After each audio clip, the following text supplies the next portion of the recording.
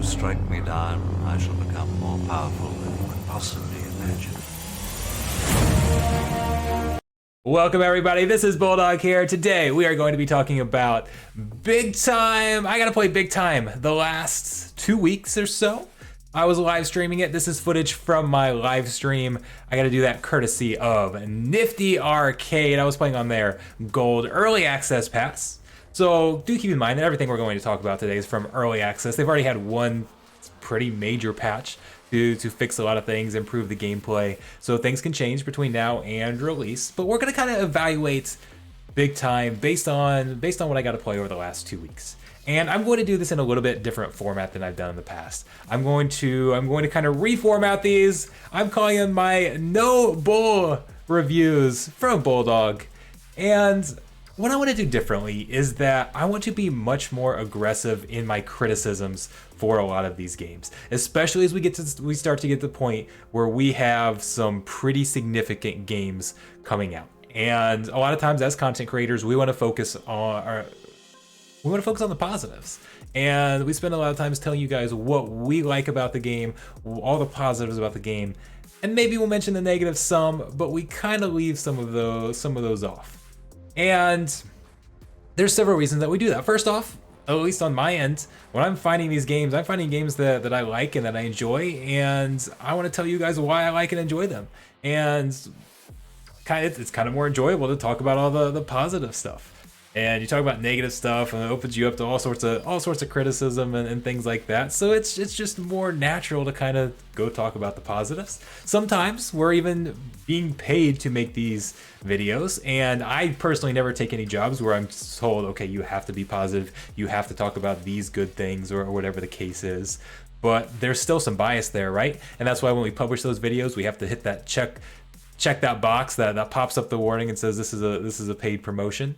And so you might see those on some of the previous videos. You don't see them anymore. I do not do those from anymore.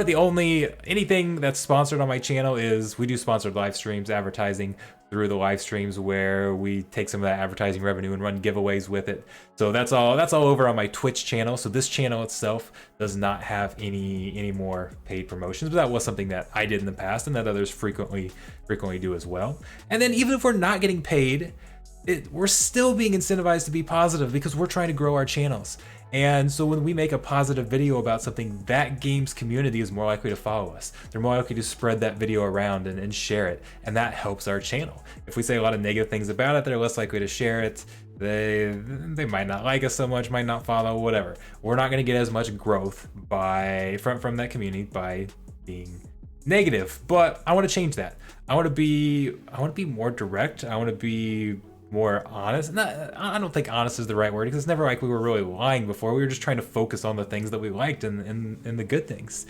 But I want to be much more aggressive with my criticism. So you're going to see that a lot. We're going to talk about a lot of the concern, a lot of the things I don't like about Big Time, the concerns with the economy, why I'm not sure it's the magic game that a lot of people think that it's going to be, because I do have some concerns here. So we're going to talk about that. I'm going to be more aggressive there. There are certainly a lot of positive things about Big Time though. And you can make a very strong argument that Big Time is the best NFT game out there, period. There's a strong argument to be made there. Probably depends on what style you like. But if you like getting in a group of friends, going and raiding dungeons and picking up loot and that type of thing, which I personally do, this game was fun. It was a lot of fun. And there's a lot to love here. So we're going to talk about the positives here too, but I'm probably not going to spend as much time on that because I think you guys have probably seen a lot of that. But this game does play really well. I was playing as a Shadowblade here. There are different classes, and I felt like I really liked the balance between the skill that was involved and just the progression system. So adding extra stats certainly helps. Like for example, if you were adding dodge, you could dodge a lot of things just by standing there. You didn't have to use any skill to necessarily dodge. If you had a high skilled, high stat dodge stat, you'd get a lot of evades. But you could also evade using your skill as well. And it's certainly, as I played with the characters more and the classes more, I definitely got more skill. So there is a large skill component as well. But that progression system, that skill tree is all very, very important. And there were a lot of different things to invest in the skill tree. And it was one of those things where I wanted so many things, I didn't know which direction to go. But you could go reset your stat points and redistribute them. But it wasn't just like, okay, well, these are clearly the best. This is clearly the best path to go. This is the right build you want to have. I had a lot of fun doing different types of builds, and I really liked that. I thought the progression system was really good. And I like how you can change between classes anytime you want. So what they have is they have pocket watches, which it's basically like individual characters, but you can instantly swap between them. You can choose a pocket watch for a different class. I could open up my inventory, switch my pocket watch right now, and all of a sudden have a completely different build and a completely different class and switch mid-battle. And the way they would work is you'd start early in the game, you'd find a low level pocket watch, and you could level that up. And then as you were able to beat higher enemies, they might drop a higher level pocket watch, even for the same class. And then you'd have a decision to make. Do you equip that new higher level pocket watch that has a higher base starts with better stats or maybe some other bonuses? But then you go back to level 1 and you actually go backwards for a minute. And then once you start over, though, you'll be able to level up faster. You'll have a higher start, and you'll eventually get to a higher point than you could with your old pocket watch. So it's a very, very interesting system. I really liked it. I enjoyed getting all the loot, and it was fun to play. You guys can see the graphics here. The graphics are absolutely solid. It looks, I kind of compared it looked like a game that might be on the Switch. Like, it's not high-end graphics, but it's legit AAA graphics. And I thought everything was a lot of fun. And I am a big believer in their economy model. And I think it's going to be a huge part of the future of NFT gaming. And the way their economy works, we're gonna dumb this down significantly, but you guys saw that where it popped up on the screen, said NFT looted earlier. You can find NFTs that are cosmetic only. The NFTs that you find, at least that are currently in the game, do not give you any in-game bonuses.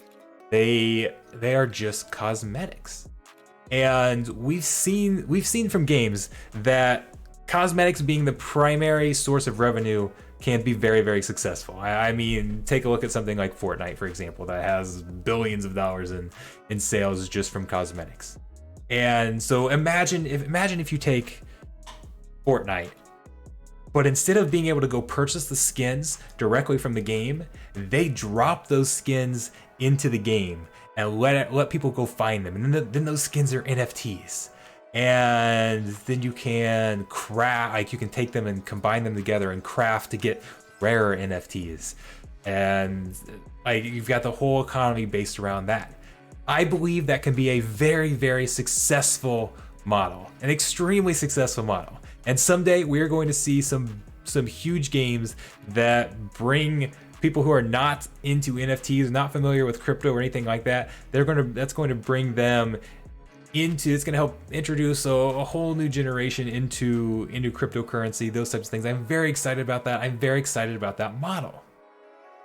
But you can tell there's a catch coming, right? Is Big Time that good? Is it good enough that people are going to want to go buy those skins? Because in order for this model to work, the game has to be extremely fun. People want to go enjoy playing the game and enjoy picking up the there you go, as you can see right there, perfect timing here. I'm equipping the cosmetic. I have that NFT that I got. So people have to want to go buy cosmetics in the game. Are we going to have that many people that enjoy this, that are playing this, that are spending money in cosmetics to play this game? And I don't know if it's that good. It's very, very good. It's again, arguably the best NFT game out there, but there are still a lot of problems with this. This game it advertises that no dungeon is the same because they're all like randomly generated and things like that. And again, we're only in early access. They've got 5 years of content planned. So we'll see how this goes. But right now, this game is extremely repetitive. There are only a handful of different dungeons, and the way it works is the dungeons are like, it's like they have random puzzle pieces. Like each section of the map is like its individual piece, and the pieces are randomly assigned with a random amount of pieces each time you enter the dungeon. So yes, they are technically different every time, and there's different sets of enemies, but there's not a large set of enemies. There's not a large set of puzzle pieces, so it's largely the same experience over and over again. We have missions that we're trying to complete, but they are very boring missions if we're being honest. It's go flip these switches, go disarm these bombs, which is the exact same thing as flipping a switch, only it's got a time limit on it. Go defeat these enemies. You see those triangles above those enemies? Those are the enemies we have to defeat to complete the mission. They're very generic missions, not anything that's very engaging or anything like that. And again, it gets extremely repetitive.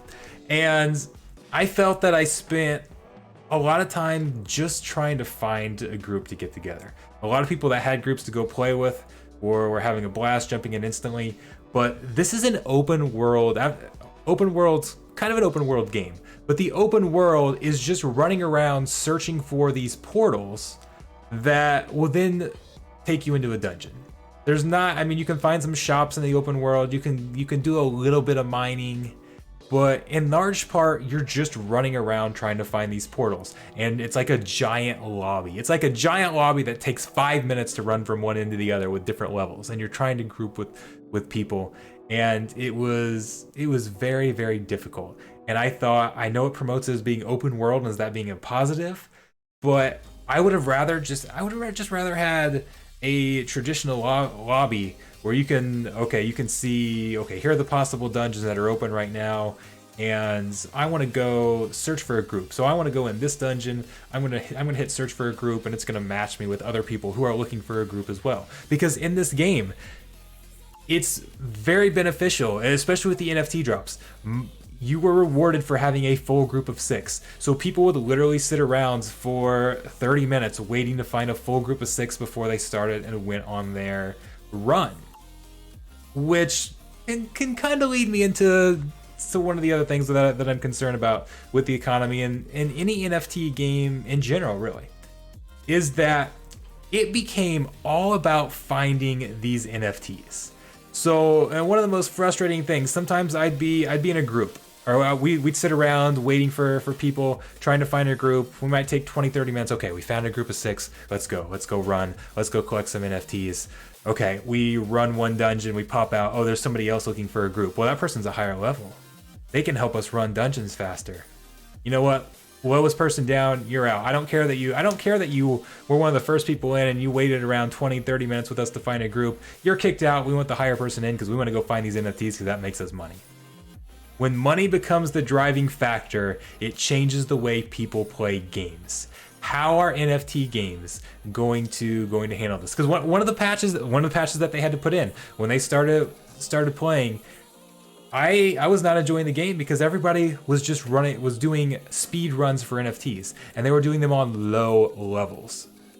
So what would happen is, at least the thought was, I don't know if it was true or not, but the thought was that you could collect NFTs faster by just speed running through these crappy low-level dungeons that you could one-shot all the mobs and get a chance. You get more chances to drop NFTs. Whether it was the same chance regardless of level, or it just wasn't weighted enough, so you were by running through them super fast, even if it was half the drop rate, if you could clear 4 times as many, you'd get more NFTs, right? So that's all people were wanting to do, and that just wasn't fun for me. I didn't enjoy it, but people wanted to do that because they were trying to farm NFTs. And then they did introduce a patch which changed the level system there. But the point is that people will frequently play the game just hunting those NFTs.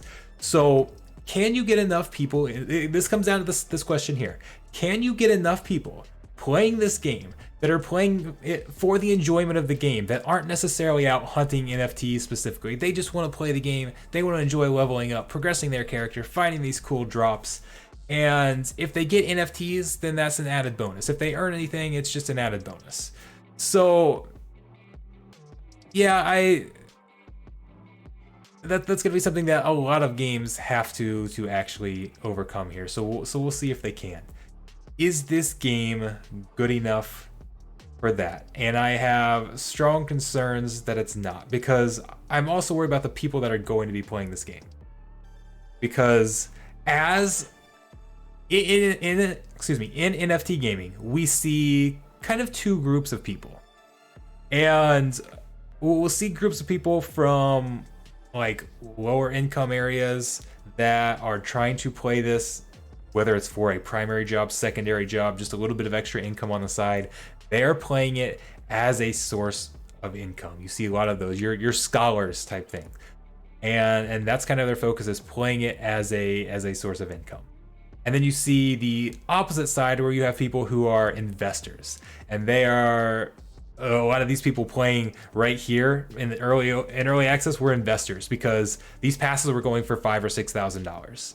So either they spent that much on it, or maybe they were one of the early ones to get it, and they either didn't pay that much for it, or however they obtained it, they still passed up the chance to sell it for that much. Whether they paid for it or they passed up the chance for sell it for that much, they had thousands of dollars on the line here. So they were focused on getting that income back. And I'm extremely worried that neither of those groups has any interest in buying cosmetics just to show them off in the game. Maybe the investors might buy them thinking, okay, Big Time's going to Moon. This is going to be a huge game. I want to pick up some of these early exclusive NFTs, to have some of the earliest NFTs in the game and that type of thing. So you might have people buying it as an investment vehicle, but then, I mean, that sets it up for its own problems as well. For this type of model to be successful, you have to have people who are buying cosmetic items the same way you'd go buy a Fortnite cosmetic item. And I'm not sure our demographic in NFT games is willing to go out and spend that money to do that. Your scholar trying to extract money from the game as a second job isn't going to be willing to buy cosmetics. Your investor isn't necessarily going to want to spend money on the cosmetics that's not improving their chance of getting a return down the line. So who is going to be buying these cosmetic NFTs? How much are they going to be willing to buy them for? I'm not saying this economy is going to be dead. I'm not saying it's not going to work, but I am extremely concerned about that aspect right there. Who is going to pay for these cosmetic NFTs? Because while I think this game is very good, it's very good by NFT standards. It's blazing the way for NFT gaming. But I don't know if it's good enough to go attract those people who are currently playing your traditional AAA games and say, you know what? Instead of playing Fortnite, I think I want to come check out this game. I don't know if it's good enough to attract those type of people. I hope I'm wrong. I hope the game improves. But that is my major concern with this economy. And then if these NFTs aren't going for very much, or are you going to? How many people are you going to see play this?